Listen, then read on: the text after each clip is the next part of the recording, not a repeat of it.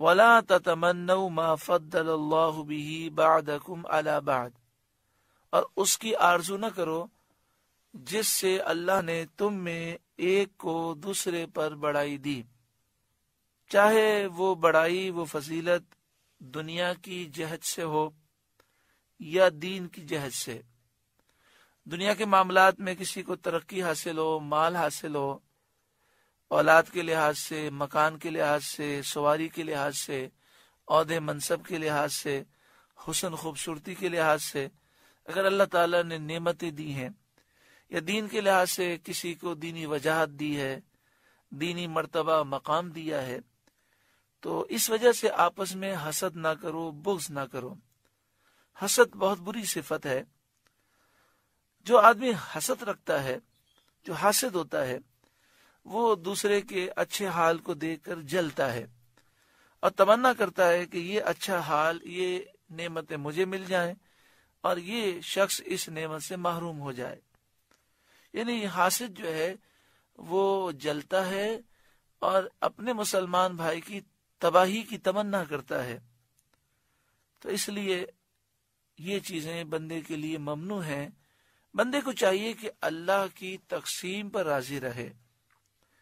اللہ نے جو نصیب میں ہمارے لکھا اس پر انسان راضی رہے، اور یہ سوچے کہ اسے نعمتیں اللہ نے دی ہیں تو میں کیوں جلوں، میرا رب جسے جو چاہے نعمت عطا فرمائے۔ اس نے جس بندے کو جو فضیلت دی، چاہے دولت دی یا کوئی دینی منصب دیا، یہ سب اس کی حکمت ہے۔ آگے فرمایا لِلرِّجَالِ نَصِيبٌ مِّمَّا اكْتَسَبُوا، مردوں کے لیے ان کی کمائی سے حصہ ہے، وَلِلنِّسَاءِ نَصِيبٌ مِّمَّا اكْتَسَبْنَا، اور عورتوں کے لیے ان کی کمائی سے حصہ ہے۔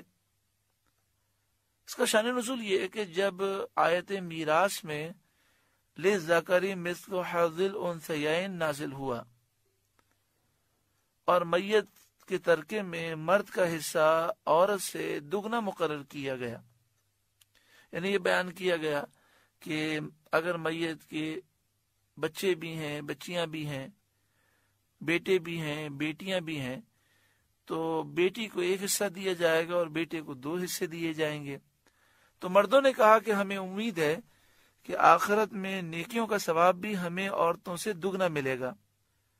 تو عورتیں کہنے لگی کہ ہمیں امید ہے کہ گناہ کا عذاب ہمیں مردوں سے آدھا ہوگا۔ اس پر یہ آیت نازل ہوئی اور اس میں بتایا گیا کہ اللہ تعالیٰ نے جس کو جو فضل دیا وہ عین حکمت ہے۔ بندے کو چاہیے کہ وہ اس کی قضا پر راضی رہے، اس کی تقسیم پر راضی رہے۔ اللہ تعالیٰ ہر ایک کو اس کے اعمال کی جزا دے گا۔ لِلرِّجَالِ نَصِيبٌ مِّمَّا اكْتَسَبُوا، مردوں کے لیے ان کی کمائی سے حصہ ہے، جو نیک اعمال وہ کریں گے اس کا صلہ انہیں ملے گا۔ وَلِلنِّسَاءِ نَصِيبٌ مِّمَّا اكْتَسَبْنَا، اور عورتوں کے لیے ان کی کمائی سے حصہ ہے، وہ نیک اعمال جو کریں گے انہیں حصہ ملے گا۔ وَاسْأَلُوا اللَّهَ مِن فَضْلِهِ، اور اللہ سے اس کا فضل مانگو۔ ان اللہ کان بکل شیء علیما، بے شک اللہ سب کچھ جانتا ہے۔ ام المومنین حضرت ام سلمہ رضی اللہ تعالی عنہا نے فرمایا کہ ہم بھی اگر مرد ہوتے تو جہاد کرتے اور مردوں کی طرح جان فدا کرنے کا ثواب عظیم پاتے۔ اس پر یہ آیت کریمہ نازل ہوئی اور انہیں تسکین دی گئی کہ مرد جہاد سے ثواب حاصل کر سکتے ہیں اور عورتیں شوہروں کی فرما برداری اور پاک دامنی سے ثواب حاصل کر سکتی ہیں، اپنے بچوں کی اچھی تربیت کر کے بھی وہ ثواب حاصل کر سکتی ہیں۔ وَلِكُلٍّ جَعَلْنَا مَوَالِيَ مِمَّا تَرَكَ الْوَالِدَانِ وَالْأَقْرَبُونَ، اور ہم نے سب کے لیے مال کے مستحق بنا دیے ہیں جو کچھ چھوڑ جائیں ماں باپ اور قرابت والے۔ یعنی اللہ تعالیٰ نے فرمایا کہ ہر ایک کا ہم نے حصہ مقرر کر دیا۔ کسی کا بھی انتقال ہو جائے تو اس کے ورثاء میں جائیداد کیسے تقسیم کرنی ہے، سارے مسائل تفصیل سے بیان کر دیے گئے۔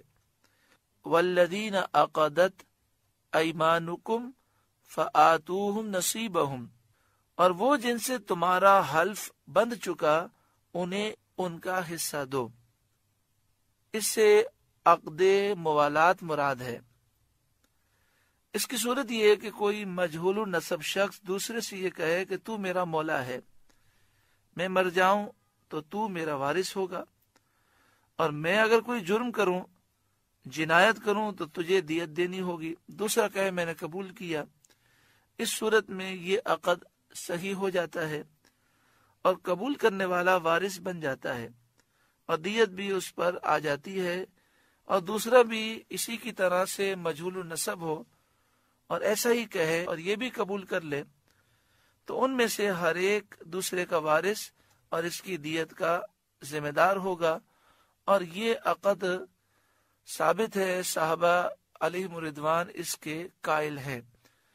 مطلب یہ ہے کہ ایک شخص مجہول النسب ہے۔ مجہول النسب کا معنی یہ ہے کہ اسے پتہ ہی نہیں ہے کہ میرے ماں باپ کون ہیں، میرے دادا دادی کون ہیں، اسے اپنے رشتہ داروں کے بارے میں کچھ بھی علم نہیں ہے۔ تو ایسا شخص جو مجہول النسب ہو، وہ اگر دوسرے سے یہ کہہ دے کہ اگر میں مر جاؤں تو میرے مال کا تو وارث ہوگا، اور اگر میں کوئی جرم کروں تو دیت تجھے دینی ہوگی، وہ قبول کر لے، تو اس صورت میں اسے عقد موالات کہتے ہیں۔ چونکہ وہ مجہول النسب ہے، اسے پتہ ہی نہیں کہ میرے والد کون ہیں، میرے دادا کون ہیں، اسے اپنے نسب کا علم ہی نہیں، تو اب ایسا شخص اگر مر جائے گا تو جس شخص کو اس نے اس طرح کہا ہوگا اسے وراثت سے حصہ دیا جائے گا۔ اس کی مزید تفصیل بحر شریعت میں جہاں پر وراثت کے مسائل ہیں وہاں سے آپ مطالعہ کر سکتے ہیں۔ ان اللہ کان علی کل شیء شہیدا، بے شک ہر چیز اللہ کے سامنے ہے۔ سورۃ النساء کا 5واں رکوع مکمل ہوا۔ اللہ تعالی ہمیں اس کے نور سے روشن اور منور فرمائے۔